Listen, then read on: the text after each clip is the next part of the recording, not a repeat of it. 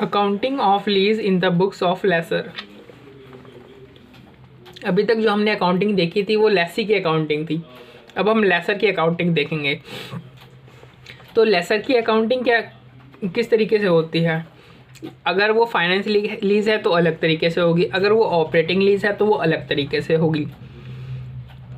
Finance lease मतलब क्या होता है कि सब्सटेंशियली जितने भी रिस्क और रिवार्ड होते हैं वो लेसी को ट्रांसफ़र कर दिए जाते हैं, यानी एक तरीके से पूरा का पूरा असेट ही ट्रांसफ़र कर दिया गया। जब रिस्क और रिवार्ड ट्रांसफ़र हो गया तो मतलब असेट ही ट्रांसफ़र हो गया। फिर दूसरा होता है ऑपरेटिंग लीज, मतलब कि जिसमें सब्सटेंशियली जो रिस्क और रिवॉर्ड होते हैं वो लेसी को ट्रांसफ़र नहीं किए जाते, मतलब एक तरीके से जो ओनरशिप होती है वो अभी भी लेसर की ही होती है। तो अब कब हम मानेंगे कि जो सब्सटेंशियल रिस्क और रिवॉर्ड है वो ट्रांसफ़र कर दिए गए लेसी को? तो ये 5 कंडीशन है। अगर इन 5 कंडीशन में से एक भी कंडीशन फुलफिल हो जाती है तो हम ये मान लेंगे कि ये फाइनेंस लीज है, यानी ओनरशिप जो है ट्रांसफ़र हो गई है। जो सभी रिस्क और रिवॉर्ड है वो सब्सटेंशियली किसको ट्रांसफ़र हो गए? लेसी को ट्रांसफ़र हो गए हैं। देखिए कौन कौन सी है।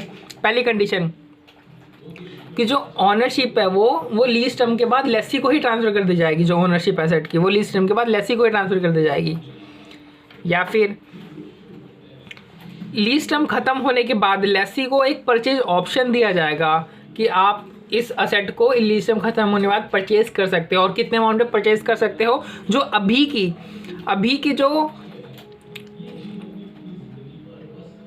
की नहीं, जिस समय ये एक्सरसाइज करेगा परचेज ऑप्शन, उस समय जो उसकी फेयर वैल्यू होगी असेट की उससे भी कम में आप इसको परचेज कर सकते हो। ये वाला परचेज ऑप्शन कि जिस दिन आपकी जो लीज टर्म है वो ख़त्म हो जाएगी और जिस दिन आप इसको परचेस करने के लिए आओगे तो इस असेट की जो भी फेयर वैल्यू मार्केट में होगी उससे बहुत ही कम कीमत पर हम आपको सेल कर देंगे। ये दूसरी कंडीशन हुई। तीसरी कंडीशन की जो लीज टर्म है वही एसेट के इकोनॉमिक लाइफ का जो मेजर पार्ट है वो कवर कर लेता है। अब मेजर पार्ट मतलब क्या? कोई कॉन्क्रीट तो दे नहीं रखा है, तो हम ये मेजर पार्ट ज़्यादातर मानते हैं कि 75% कम से कम या फिर 75% से ज़्यादा अगर लाइफ के एसेट का जो है वो कवर कर लेता है लीज टर्म, तो उसे हम मान लेंगे कि मेजर पार्ट कवर हो गया है। फिर कि जो आप जो लीज पेमेंट ले रहे हो लेसी से, और उस लीज पेमेंट की अगर आप अभी पीवी कर दो तो उसकी पीवी अगर एसेट की फेयर वैल्यू जो आपने शुरू में दी थी, जिस दिन आपने एसेट दी लीज, उस दिन एसेट की जो फेयर वैल्यू है वो अगर लीज पेमेंट मतलब इस तरीके से कुछ आपने लीज पेमेंट ली कि लीज पेमेंट्स का जो पीवी है वो किसके बराबर हो गया? एसेट की फेयर वैल्यू के कम से कम 90% या उससे ज़्यादा बराबर हो गया। यानी एक तरीके से आपने पूरी की पूरी अपनी जो कॉस्ट है, जो एसेट की जो फेयर वैल्यू तो रिकवर कर ही ली ना, यानी एक तरीके से आपने उसको बेच दिया। ये कि जो एसेट है वो इस तरीके का है कि वो सिर्फ लेसी के ही लिए ही यूज़ हो सकता है, उसका कोई अल्टरनेट यूज़ नहीं है, किसी और कोई यूज़ नहीं, किसी और को यूज़ करने के लिए नहीं दिया जा सकता। तो अगर ये पांचों कंडीशन अगर पांचों में से कोई भी फुलफिल हो जाता है तो उसे फाइनेंशियल लीज कहते हैं। 5 कौन सी? एक ओनरशिप वाली, एक कि आप परचेज ऑप्शन दे दोगे उसको खरीदने का, कि आपकी जो लीज टर्म है वो कवर करता है मेजर पार्ट एसेट की इकोनॉमिक लाइफ का। फिर जो लीज पेमेंट्स का जो प्रेजेंट वैल्यू है वो कवर करता है सब्सटेंशियल पार्ट किसका? एसेट की फेयर वैल्यू का। और जो एसेट है वो स्पेशलाइज नेचर की है, वो सिर्फ लेसी के लिए यूज़ किए जा सकते हैं। तो इन पांचों में से अगर कोई भी एक कंडीशन फुलफिल हो जाती है तो उसे हम फाइनेंस लीज बोल देंगे। अगर कोई फुलफिल नहीं होती है तो उसे ऑपरेटिंग लीज बोलेंगे। अब ऑपरेटिंग लीज में अकाउंटिंग कैसे करेंगे? सिंपल सी बात है, आपको जो लीज रेंट है वो हर महीने मिलता रहेगा, आप उसको बुक करोगे, और असेट आपकी है तो असेट के ऊपर डेप्रिसिएशन बुक करोगे, और कुछ है नहीं। देखो bank account debit to lease rent, आपको लीज रेंट मिल गया और आपने असेट के ऊपर डेप्रिसिएशन बुक कर लिया, क्योंकि ऑपरेटिंग लीज में जो असेट की ओनरशिप होती है वो लेसर के पास ही होती है, तो डेप्रिसिएशन में बुक करेगा और लीज रेंट भी लेगा। अब फाइनेंस लीज के बारे में क्या? जब फाइनेंस लीज होगा तब उसकी अकाउंटिंग कैसे होगी? तो ये कहता है कि फाइनेंस लीज में एक तरीके से जब आपने सब्सटेंशियली और रिस्क रिवॉर्ड ट्रांसफर कर दिया तो एक तरीके से माना जाता है कि आपने जो ओनरशिप वो ट्रांसफर कर दी। जब आपने ओनरशिप ट्रांसफर कर दी तो बुक में क्यों दिखा रहे हो, तो मतलब बुक एसेट को डी रिकॉग्नाइज करो बुक वैल्यू पे, बुक वैल्यू जितनी भी दिखा रखी है वो डी रिकॉग्नाइज कर दो और रिकॉग्नाइज कर लो लीज रिसीवेबल को। लीज रिसीवेबल किस अमाउंट पे करोगे, net investment in the lease पे करोगे और जो डिफरेंस आएगा उसे पेंडल में डाल दोगे। अभी ये समझ में नहीं आ रहा होगा, अब इसको दूसरे तरीके से समझते हैं कि हम कहना क्या चाह रहे हैं। ये देखो एक तरीके से क्या हो, आपने ओनरशिप ट्रांसफर कर दी ना, मतलब आपने सेल कर दिया, डेटर को सेल कर दिया। अब ये sale of asset to debtor, ठीक है, तो एसेट आपने कैरिंग अमाउंट से हटा दी, लीज रिसीवेबल आपने बुक कर लिया, यानी एक तरीके से डेटर आपने बुक कर लिया। सेल यानी डेटर टू एसेट, डेटर को हमने हटा दिया, डेटर मतलब एसेट को हमने हटा दिया, डेटर को बुक कर लिया और जो भी गेन लॉस आएगा वो बैलेंसिंग फिगर में है। अब आप जो डेटर है उससे आप इनकम रिसीव करोगे, इंटरेस्ट इनकम, तो debtor account debit to finance income, और डेटर आपको फिर इनकम के अलावा कुछ इंस्टॉलमेंट भी देगा, मंथली ईयरली जो भी होगा उस इंस्टॉलमेंट को आप रिसीव करोगे। Bank account debit to debtor, debtor का अमाउंट कम कर दोगे। तो लेकिन और ये जो ईयर एंड पे जो आप ये जो एंट्री करोगे इसके लिए आपको अमोर्टाइजेशन टेबल की ज़रूरत पड़ेगी, और ये एंट्री करने के लिए कि एसेट को सेल करना है डेटर को, उसके लिए एसेट की कैरिंग अमाउंट तो आपके पास आई, प्रॉफिट एंड लॉस ये तो बैलेंसिंग फिगर निकलेगा। हाँ, डेटर कितने अमाउंट पे बुक करना है ये आपके जानने वाली बात है कि डेटर कितने में बुक करना है। तो नेट इन्वेस्टमेंट इन लीज, अब नेट इन्वेस्टमेंट इन लीज क्या होती है, तो इसे बोला जाता है कि जो भी लीज पेमेंट आपने करी है, जो भी लीज पेमेंट आपको मतलब मिलना है, यानी टोटल डेटर आपको जितना भी अमाउंट पे करेगा लीज पेमेंट के रूप में उसकी आज की पीवी क्या है, यानी लीज पेमेंट की पीवी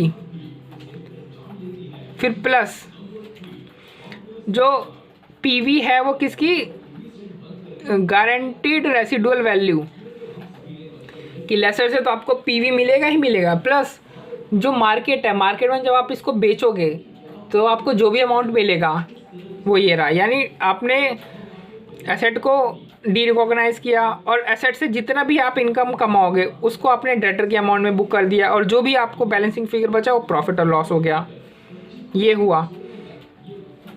अब इसके लिए आपको फिर जो ईयर एंड पे जो एंट्रीज है उसके लिए आपको अमोर्टाइजेशन टेबल बनानी है। तो अमोर्टाइजेशन टेबल ये रही आपकी अमोर्टाइजेशन टेबल, ठीक है, वही ओपनिंग बैलेंस, इंटरेस्ट इनकम, फिर इंस्टॉलमेंट जो रिसीव हो जाएगी वो लेस कर दोगे, फिर आपका क्लोजिंग बैलेंस निकल जाएगा। इसके लिए तो कोई, इसमें तो कोई दिक्कत नहीं है। और चूँकि जो इसमें क्या होता है कि आपने ऑनरशिप एक तरीके से फाइनल लीज में मानी जाती है कि आपने ट्रांसफ़र कर दी, तो जिस तरीके से आप ऑपरेटिंग लीज में डेप्रिसिएशन बुक कर रहे थे उस तरीके से आप इसमें डेप्रिसिएशन बुक नहीं कर सकते हो, ये सिंपल सी बात है। फिर देखो यहाँ पे ग्रॉस इन्वेस्टमेंट की मतलब क्या होता है, ग्रॉस इन्वेस्टमेंट का मतलब होता है lease payment plus unguaranteed residual value. एक होते हैं गारंटेड रेसिडुअल वैल्यू, होती है अनगारंटेड, तो यहाँ पे क्या हमने लिया है अनगारंटेड रेसिडुअल वैल्यू, उसे कहते हैं ग्रॉस इन्वेस्टमेंट इन लीज। तो टोटल लीज पेमेंट्स का पीवी नहीं है, सिर्फ टोटल लीज पेमेंट है प्लस अनगारंटेड रेसिडुअल वैल्यू। और नेट इन्वेस्टमेंट इन लीज क्या है कि जो लीज पेमेंट्स है उसका PV plus guaranteed residual value का पीवी, और ये नेट इन्वेस्टमेंट, और यही अमाउंट तो हमारा इज इक्वल टू जो होता है ना डेटर में या लीज रिसीवेबल में यही अमाउंट दिखाते हैं। Unearned finance income, gross investment इन लीज में से नेट इन्वेस्टमेंट माइनस कर दो, या आपका अनअर्न्ड फाइनेंस इनकम आ जाएगा। अब अनगारंटेड रेसिडुअल वैल्यू क्या होती है, जितनी भी टोटल एक्सपेक्टेड रेसिडुअल वैल्यू है उसमें से आप गारंटेड वाले माइनस कर दोगे, जो लेसी ने जो गारंटी दे रखी है, तो जो बैलेंसिंग बचेगा वो अनगारंटेड ही बचेगा। कभी कभी क्या होता है कि जो लेसर होता है उसने खुद ने वो एसेट मैन्युफैक्चर कर रखी होती है और वो मैन्युफैक्चर करके लीज पर दे दे, तो उस केस में क्या करना है, उस केस में देखो ज़्यादा, उस केस में भी ज़्यादा सोचने वाली बात नहीं है, सीधा से जो एंट्री हमने जाना था, यहाँ पे हमने देखा था लीज रिसीवेबल अकाउंट डेबिट, यानी debtor account debit to asset और बैलेंसिंग फिगर में प्रॉफिट लॉस। आपने यहाँ पे भी इस बार भी वही काम करना है कि अगर जो लेसर है वो मैन्युफैक्चरर है या डीलर है, तो उस केस में भी एंट्री तो यही पास होगी। बस यहाँ पे जो P&L है, जो बैलेंस शीट फिगर में लॉस या गेन आ रहा है, इसकी जगह हम COGS account debit to sales account कर देंगे। कॉक्स डेबिट क्यों करेंगे? क्योंकि एक्सपेंस है। सेल क्रेडिट कर देंगे क्योंकि इनकम है। यानी एक तरीके से पेंडली तो दिखा रहा है ना। यानी देखो, अगर कॉस्ट ज़्यादा हो गई, सेल्स कम हुई तो लॉस हो गया, तो लॉस किस में दिखाएगा? लॉस इसमें दिखा रखा हो, इसमें एक्स्ट्रा आ रखा होगा तो मतलब लॉस है, इसमें ज़्यादा आ रखा होगा इससे तो ये प्रॉफिट है। यानी एक तरीके से पेंडल ही तो है, पेंडल अकाउंट का ही तो काम कर रहे हैं ना, COGS account debit to sales account. तो हमने ये जान लिया कि इसमें कौन सी वैल्यू आएगी। इसमें वैल्यू आएगी PV of lease payments plus PV of guaranteed residual value. इसको डी रिकॉग्नाइज करेंगे बुक अमाउंट से। अब ये जान लेते हैं कि कॉक्स में कौन सी अमाउंट आएगी, सेल्स में कौन सी अमाउंट आएगी। तो सेल्स में कौन सी अमाउंट आएगी? नेट इन्वेस्टमेंट इन लीज, यानी इसमें जो अमाउंट आ रही है नेट इन्वेस्टमेंट लीज, इसमें से हम पीवी कर देंगे माइनस किसका? अनगारंटेड रेसिडुअल वैल्यू का। और इसमें कॉक्स में कौन सी अमाउंट होगी? जो भी एसेट जिस अमाउंट वैल्यू पे आ रही है, कि कैरिंग और वैल्यू पे आ रही है, तो कैरिंग वैल्यू से माइनस कर देंगे, लेस कर देंगे पीवी ऑफ अनगारंटेड रेसिडुअल वैल्यू। यानी दोनों ही में लेस करना है, अनगारंटेड रेसिडुअल वैल्यू लेस करना है। अब किस अमाउंट से लेस करना है? कॉक्स वाले में कैरिंग अमाउंट से करना है जैसा एसेट में है, और सेल्स वाले में नेट इन्वेस्टमेंट इन लीज से करना है, जैसा कि लीज रिसीवेबल अकाउंट में दिखा रखा है। इसमें भी नेट इन्वेस्टमेंट लीज है, इसमें भी नेट इन्वेस्टमेंट लीज है। कॉक्स में भी कैरिंग अमाउंट ऑफ एसेट है, एसेट में भी कैरिंग अमाउंट ऑफ एसेट है। बस कॉक्स में और सेल्स में एक्स्ट्रा क्या है कि इन दोनों में जो अनगारंटेड रेसिडुअल ले उसकी पीवी लेस की हुई है। बाकी आपने स्टेप्स को आपको ध्यान रखने की कोई ज़रूरत नहीं है, मतलब ही नहीं है। आपने सिर्फ ये 2 एंट्री पास करनी है। कौन सी 2 एंट्री? कि कमेंसमेंट डेट पे ये वाली एंट्री करनी है और ईयर एंड डेट पे ये वाली एंट्री करनी है। इसके लिए आपको ये वैल्यू आप निकाल लोगे, इसको जो भी वैल्यू होगी कैलकुलेट करके, और इसके लिए एक अमोर्टाइजेशन टेबल आप बना लेना। तो ये एंट्री, अगर बस आप ये सोचो कि आपको सिर्फ ये एंट्री पास करनी है, बाकी सारी कैलकुलेशन आप करते मतलब आप होती जाएगी। बस आप ये एंट्री पास करने की सोच, ये बस ये ध्यान रखना कि ये एंट्री पास करनी है, बाकी इसकी कैलकुलेशन आप करोगे तो आराम से हो जाएगा।